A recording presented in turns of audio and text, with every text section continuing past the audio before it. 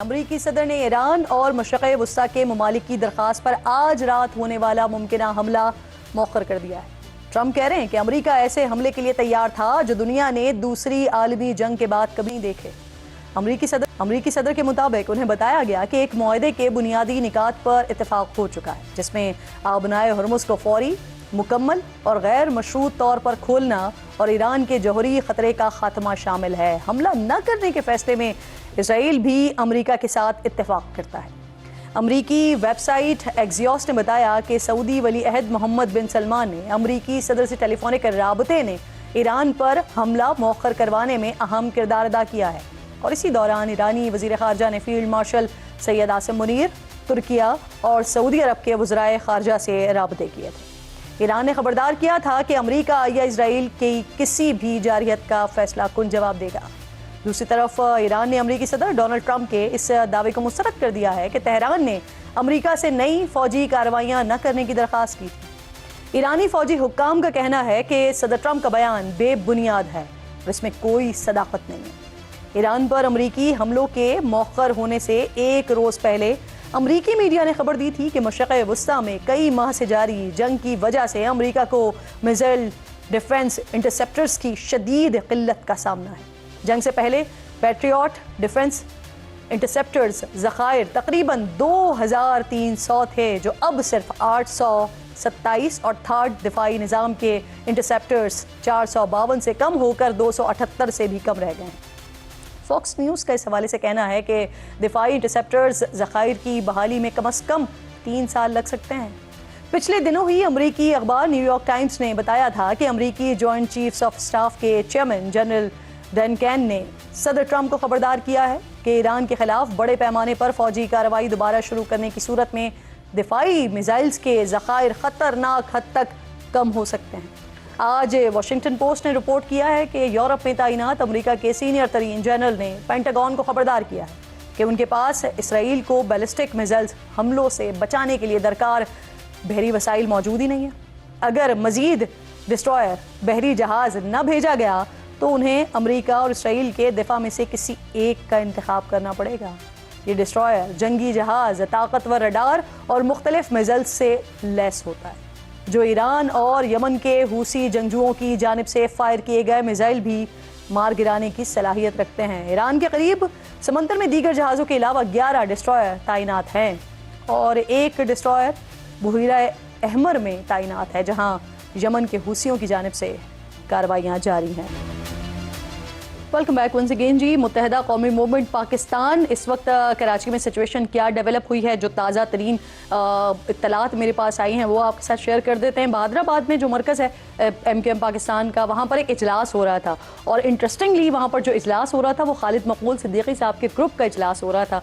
तो वहाँ पर जो मुस्तफ़ा कमाल साहब का ग्रुप है उन्होंने कोशिश की कि उस इजलास में वो शरीक हो सकें या फिर मरकज़ के अंदर दाखिल हो सकें, और उसी दौरान ये मारपीट कह लीजिए या खींचातानी या हाथापाई ये उसी दौरान हुई है और इसी दौरान फिर हवाई फायरिंग भी की गई है। इससे 2 लोग ज़ख्मी भी हुए हैं और मज़ीद अब क्या वहाँ पर सिचुएशन डेवलप हो रही है, क्योंकि बताया ये भी जा रहा है कि कुछ ही देर में मुस्तफ़ा कमाल साहब और खालिद मकबूल सिद्दीकी तो नहीं लेकिन फ़ारूक सत्तार साहब गालिबन प्रेस कॉन्फ्रेंस भी करने जा रहे हैं इसी सारी सिचुएशन को लेकर। नवीद कमाल वहाँ पर मौजूद हैं स्पॉट पर, और उसके इम्तियाज़ अली जिनके कैमरे को तोड़ा गया है, उनके साथ बदतमीज़ी और तशद्दुद किया गया है। दोनों से बात करते हैं। नवीद, सबसे पहले तो आप बताइए, इसी तरह से है सारी सिचुएशन, इस तरह मैंने नाज़रीन को बताई, यही हो रहा था वहाँ पर, फिर उसके बाद हुआ क्या?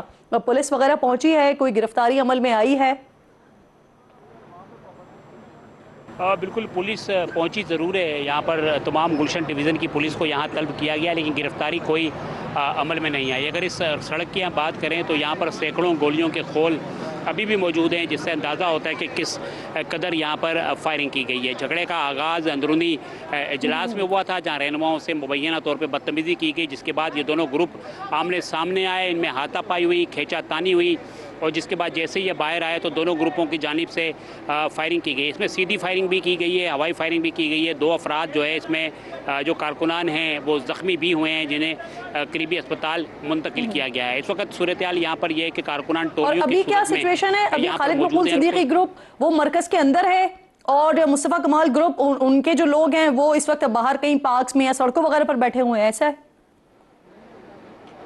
बिल्कुल ऐसा ही है। ताज़ा तरीन सूरत हाल आपने पूछी तो उसमें जो खालिद मकबूल सदीकी ग्रुप के कारकुनान हैं वो अंदर हैं। कुछ ही देर में फ़ारूक सत्तार प्रेस कॉन्फ्रेंस करेंगे, इसलिए इनके कारकुनान अंदर मौजूद हैं। बाहर जो है मुस्तफ़ा कमाल, अनीस कायम खानी ग्रुप के कारकुनान बड़ी तादाद में मौजूद रहे और इनके दरमियान कुछ देर पहले 5 से 10 मिनट पहले भी जो है तल कलामी हुई, जिसको जो है रहनुमाओं ने टाला और अपने कारकुनान को अंदर आने के लिए कहा। इस वक्त यहाँ पर कशीदगी ज़रूर है लेकिन किसी किस्म की नारेबाजी नहीं की जा रही। इस तमाम अफसोसनाक जो पहलू था, इसका मज़ीद अफसोसनाक ये रहा कि हमारे एक कैमरा मैन जो यहाँ पर कवरेज के लिए मौजूद थे, इम्तियाज़ अली, उन्हें यहाँ पर यरगमाल बनाया गया, हब्से बेजा में रखा गया और अच्छा, नवीद, कराची का जो ये इलाका है बहादराबाद, ये बाकी पाकिस्तान के शहरों से ज़रा मुख्तलिफ होता है। संडे के दिन होता है, यहाँ पर फैमिलीज बड़ी तादाद में आती हैं, खाने पीने के स्पॉट्स भी यहाँ पर मौजूद हैं। तो मुझे ये बताएं कि इधर दुकानें वगैरह भी बंद हो गई थी, जब आप बता रहे हैं सैकड़ों हॉल पड़े हुए इधर, तो अभी क्या दोबारा से अब मामूल पर आई है जिंदगी या अभी भी वही खौफ सा नजर आ रहा है आपको?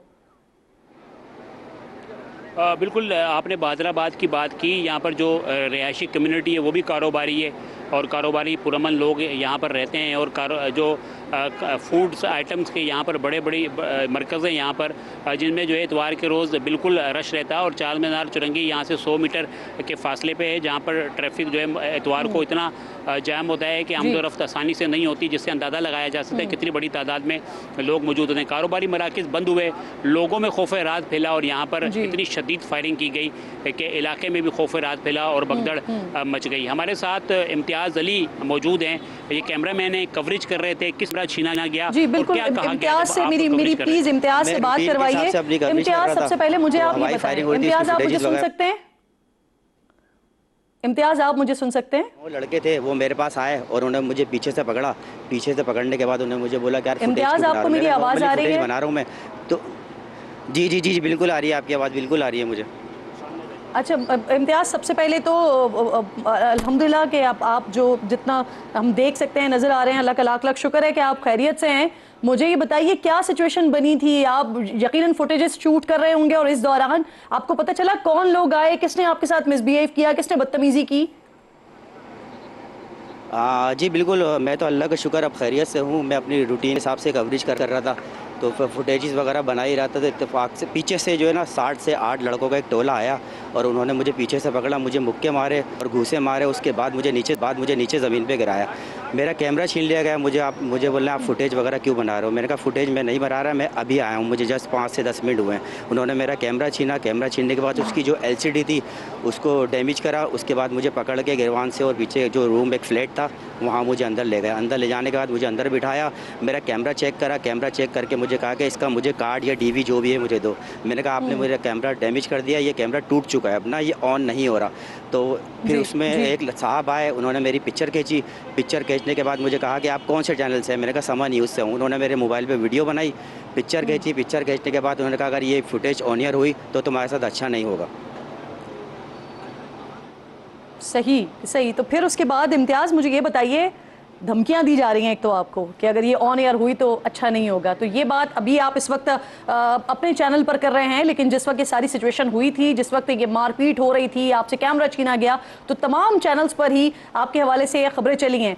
उसके बाद किसी ने आपसे, MKM के किसी भी रहनुमा की जानिब से आपसे कोई राबता वगैरह किया गया, किसी माजरत का इजहार किया गया? नहीं जी नहीं, बिल्कुल किसी रहनुमा ने मेरे साथ कोई रब्ता नहीं किया। हमारे जो ब्यूरो चीफ असलम खान साहब थे वो मेरे साथ रब्ते में थे। उनको मैं सारी सिचुएशन पल पल कॉल करके मैं बता रहा था और वही मेरा सिर्फ ऑफिस के जो लोग थे वो मेरे रब्ते में थे, इसके अलावा मेरे साथ कोई रब्ते में नहीं था। और इम्तियाज़ अली वैसे आजकल के कैमरामैन नहीं है, ये काफ़ी अरसे से समा TV के साथ मुंसलिक हैं और मैं जब कराची में होती हूँ, जब MKM पाकिस्तान के अहम रहनुमाओं के इंटरव्यूज़ के लिए जाती हूँ तो इम्तियाज़ मेरे साथ मौजूद होते हैं। तो बाय फेस भी इम्तियाज़ को ऑलमोस्ट तमाम लोग जानते हैं, लेकिन ये बड़ा अफसोसनाक वाक़या है और ये सीधा सीधा समा TV पर हमला है कि जब समा टीवी के कैमरामैन को तशद्दुद का निशाना बनाया गया, समा टीवी के कैमरा को जो है वो तोड़ा गया, और इस वक्त आप बराह रास्त मनाजिर देख रहे हैं। तो मैं रिक्वेस्ट करूंगी MQM पाकिस्तान से ही कि आपकी अपनी जमात में, वो भले से खालिद मकबूल सिद्दीकी के ग्रुप का हो या भले ही मुस्तफ़ा कमाल साहब के ग्रुप का हो, लेकिन ये जो टोला 7-8 लड़कों का, ये किसी भी तरफ से है, लेकिन पार्टी के अंदर से भी इन पर कार्रवाई ज़रूर होनी चाहिए। इम्तियाज़, आप मजीद कुछ इस पर कहना चाहेंगे, कोई मुतालबा करना चाहेंगे? आई नो यू कि आप अपनी ड्यूटीज़ को, अपने फ़राइज़ को किस तरह से अंजाम दे रहे होते हैं, कितनी डेडिकेशन के साथ आप अपने फ़राइज़ को अंजाम दे रहे होते हैं, लेकिन अगर आप कोई भी मुतालबा करना चाहते हैं बीइंग समा फैमिली, तो आप ज़रूर कर सकते हैं। जी देखें, बिल्कुल आप तो मुझे काफ़ी टाइम से जानती हैं और काफ़ी कवरेज मैंने आपके साथ की है और बाखूबी जानती है, लोग भी यहाँ जानते हैं पुराने कैमरामैनों में। तो मेरा मुतालबा यही है कि जिन्होंने मेरा कैमरा तोड़ा है और उनके ख़िलाफ़ कानूनी कार्रवाई की जाए, और 8 से 9 लोग का टोला था जिन्होंने मुझे मारा है।